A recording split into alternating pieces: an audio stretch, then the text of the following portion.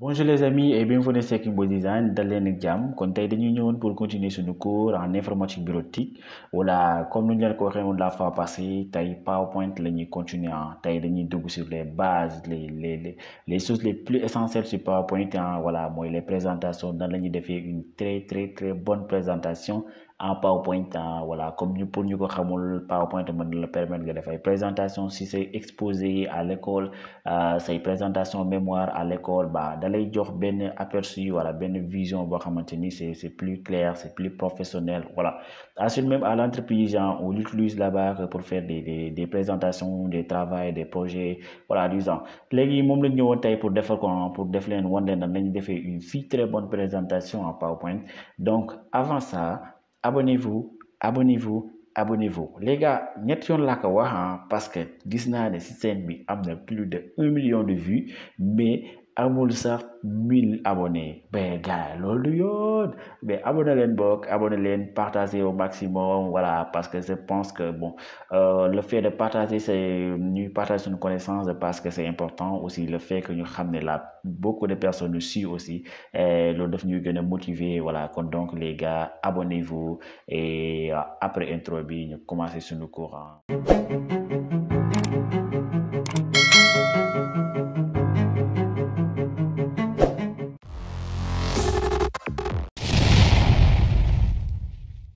ok nous voilà léegi li ñu njëkk a def ci PowerPoint avant ça j'espère que abonné ngeen voilà li ñu njëkk a def mooy nouvelle présentation dañuy njëkk a dugg da ngay dugg directement nouvelle présentation double clic ñu dugg nouvelle présentation lii la lay indi la voilà première interface lii la lay dugal mais bon bul tiit lii di juste pour nga mën a présenter cliquer pour ajouter un titre cliquer pour ajouter un sous-titre comme ni mu ko waxee nii lii boo ko gisee nii mooy première page bi moom moo la jox première aperçu première vue léegi pour lii nii du pour saisir bon une petite parenthèse du pour saisir ngay def ay saisir texte yu ngande wala texte yu gudd affaire yooyu noonu sa grande partie yi rek ngay jël comme sa première partie maanaam thème bi voilà comme bii première page la moom moo lay jox aperçu sa travail affaire yooyu noonu mën nga def fii thème bi par exemple mën nga def fii thème fii nga def fii bon sous partie nan ngay yeneen kii wu thème bi daal yeneen xam na la ko defee daal mais bon après naa la woon benn exemple lii juste pour wan leen rek comment faire par exemple su ma cliquer fi ma def CTRL C pour copier benn kii bu ma bindoon voilà léegi fii nii mën nañ changer taille bi écriture bi mën nañ changer taille bi mën nañ changer écriture bi taille bi fii lañ koy changer voilà ñu jël 44 par exemple mën nañ changer écriture bi nga jël bu la neexam c'est à vous de voir bon boo xam ne c'est dina la may benn vue mais bon je vous dis que jarul ngay bul abuser si kii yi nii parce que am na yoo xamante ni bon c'est pas trop présentable voilà da ngay xool boo xam ne c'est plus simple boo xam ne c'est plus simple possible voilà parce que présentation bi tamit aussi jarul muy bëri ay cimbir je sais pas comment on le dit voilà léegi fii sous partie là parce que par exemple mën na def contrôle V en même temps après ñu def entrée pour créer ay petits sous-parties voilà par exemple am nañ 3 sous-parties léegi mën nañ cliquer fii nii mën nañ leen jox ay tur fii nii comme ñu def grand 1 grand A par exemple mën nañ def grand A fa yooyu noonu léegi ñu aligner leen fii nii voilà léegi gis ngeen di nii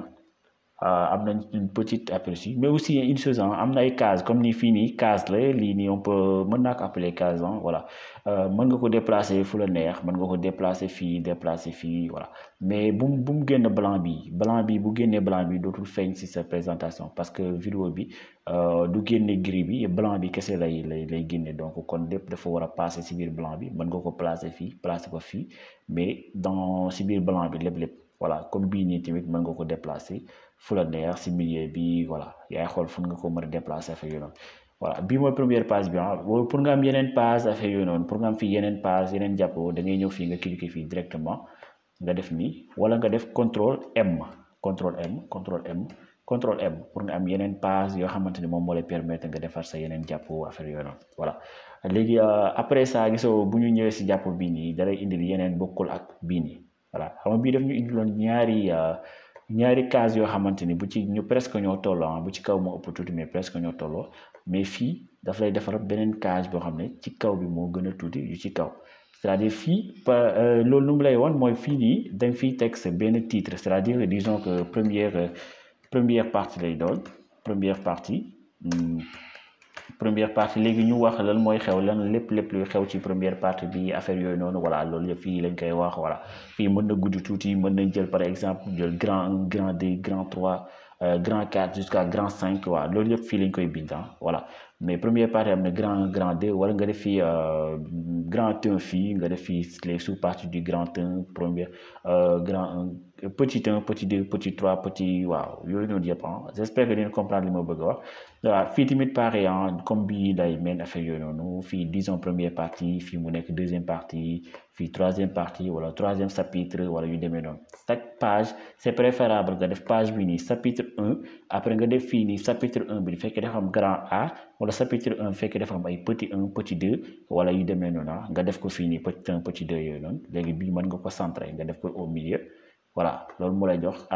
benn aperçu moo lay jox beneen partie affaire yooyu noonu léegi si biir première page bi nii boo gisee lii moo lay won première page bi par exemple mën nga bañ a def fii sous partie bii nga def ko page de présentation c'est-à-dire mën nga def fii sa thème bu fekkee da ngay exposé bu fekkee da ngay def mémoire mën nga def fii sa thème comme fii nga def fii sa thème mais fii nii nga xoolee yow yow mi ko présenté nga def fii say information affaire yu demee noonu parce que bii moom mooy première page bi léegi pour nga xam ko voilà mooy doon première page bi après yeneen information yi grand 1 petit 2 yooyu mën nga ko def si yeneen page yi parce que fii amul page limité maximum de page mën nga jël le maximum de page par contrôle M wala nga cliquer fii directement mu indi la beneen page voilà léegi fii lañ leen di wanaat encore page yi nii fii nii si suuf juste mini écriture yi nii boo cliquer fii da lay indi yeneen truc gis ngeen voilà fii ay page la maanaam forme page bi boo soxlaa page bi nii nga soxla titre bi ci kaw ak mu am yeneen yeneen 2 cases xool gis nga voilà day am fii partie bi nii ak mu am yeneen 2 cases léegi lii nii da lay permettre pour gisoo boo insérer pour nga bëgg insérer boo bëggee insérer tableau fii ngay cliquer boo bëggee insérer graphique boo bëggee insérer image boo bëggee insérer forme modèle affaire yooyu noonu vidéo sax boo ko bëggee insérer comme que présentation la bon c'est mieux mu am vidéo bon c'est très important même bon boo mënee def vidéo comme illustration wala comme exemple voilà comme mën nga bës fii vidéo mu ñëw vidéo voilà ak image aussi parce que image yi des fois dem image yoo xam ne c'est explicite affaire yooyu noonu léegi fii mën nga fi def sa vidéo fii nga def sa exemple sa image bon ñoom ñaar ñëpp ça passe voilà au moment de présentation nga présenter comment ça se passe du genre fii nga def fi titre bi c'est-à-dire partie 1 chapitre 2 wala section 1 wala du genre voilà léegi loolu noonu moo ci gën a am importance léegi loolu noonu yëpp mën nga ko répéter si yeneen page yi wala yu demee noonu léegi boo ñëwee page 1 c'est-à-dire fii mën nga fay cliquer directement nga ñëw page 1 wala nga wàcc fii nii nga pour boo wàccee boo gisee fii nii boo wàccee directement mën nga wàcc page 2 page 3 ba page 4 mais pour mu gën a préciser tu cliques ici directement nga ñëw page 1 léegi dañuy jàll si insertion bon comme Word la boo bëggee insérer des trucs faire des choses voilà après dana ñëw foofu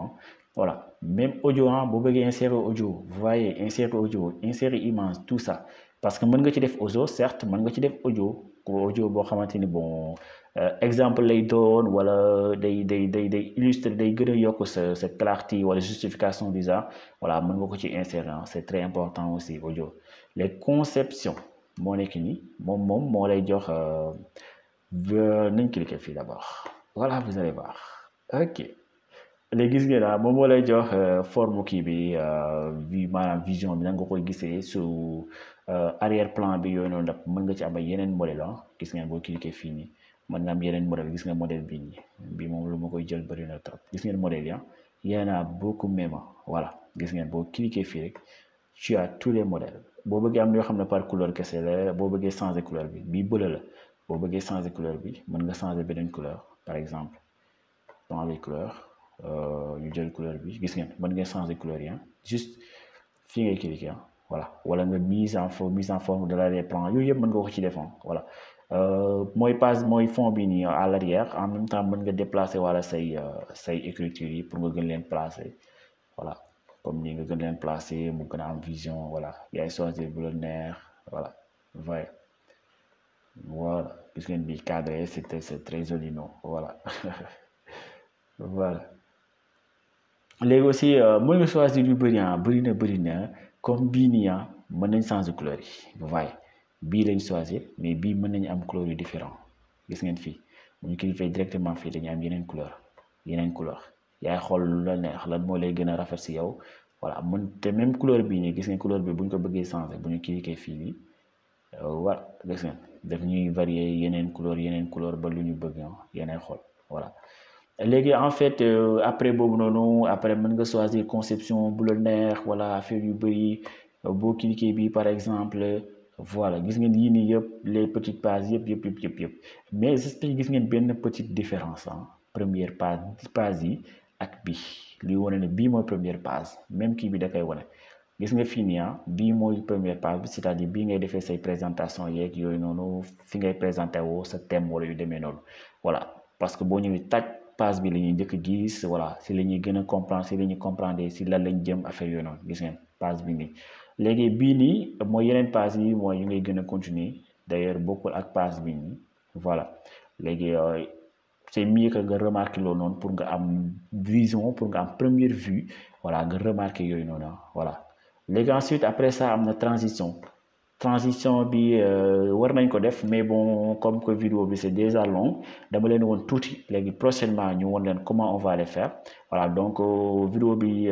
fii lay yam pour l'instant bon pour tey fii lay yam léegi prochainement lañ leen wone nan la ñuy defee transition bi c'est-à-dire par exemple nan la ñuy defee transition bi ensuite nan la ñu koy coordonner ak yii nii yëpp nan lañ koy coordonner parce que là actuellement amul am na transition mais transition bi dafay laaj manuel c'est-à-dire par exemple bu ñu bëggee def jàppoo fii ngay ñëw nga cliquer pour nga am jàppoo wala nga ñëw fii ci kaw nii nga cliquer pour nga am jàppoo maanaam vidéo bi léegi su ma cliquer fii directement gis nga léegi lii lay ñëw première page mais pour ma jàll première page il faut que ma cliquer gis ngeen il faut que ma cliquer ma jàll si beneen page bi il faut que ma cliquer léegi su ma bëggee génne directement mën naa bës escape mooy si sa clavier nga bës escape boo bësee escape rek da ngay génnaat directement nga dellu fi nga jóge woon voilà léegi à part ça fu mu toll nii de prochainement dañ leen wan nan la ñuy defee transition yi voilà nan lañ koy coordonner ba nga xam t'as pas besoin de cliquer aussi da nga koy natt ban temps nga bëgg mu def noonu page bu nekk ñaata temps nga bëgg def ci affaire yooyu noonu nga coordonner lépp bu mu impec prochainement la leen koy won kon les gars comme ni ma ko waxee woon rek abonné pour ñu jot si yeneen tuto yi nan la ñuy defee présentation et en même temps texte bi mën nañ ko animer comme texte bi nañ ko bindee nii mën nañ ko animer dañ koy animer da ngay bës animation cliquer voilà dañ leen won tamit nan lañ koy animer su ma sélectionné gis ngeen daal ok prochainement dañ leen wax comment on va faire transition et animation et jàppo bi nan nga koy defee ba mu gën a complet gën a cool y a un enfant qui pleure c'est pas mon enfant ok ok on se retrouve à la prochaine fois abonnez-vous abonnez likez bu fekkee vidéo bi neex na leen partagez au maximum et on se dit à la prochaine fois en beneen tuto bi ñu defal leen présentation et transition et les autres qui restent et merci beaucoup et portez-vous bien.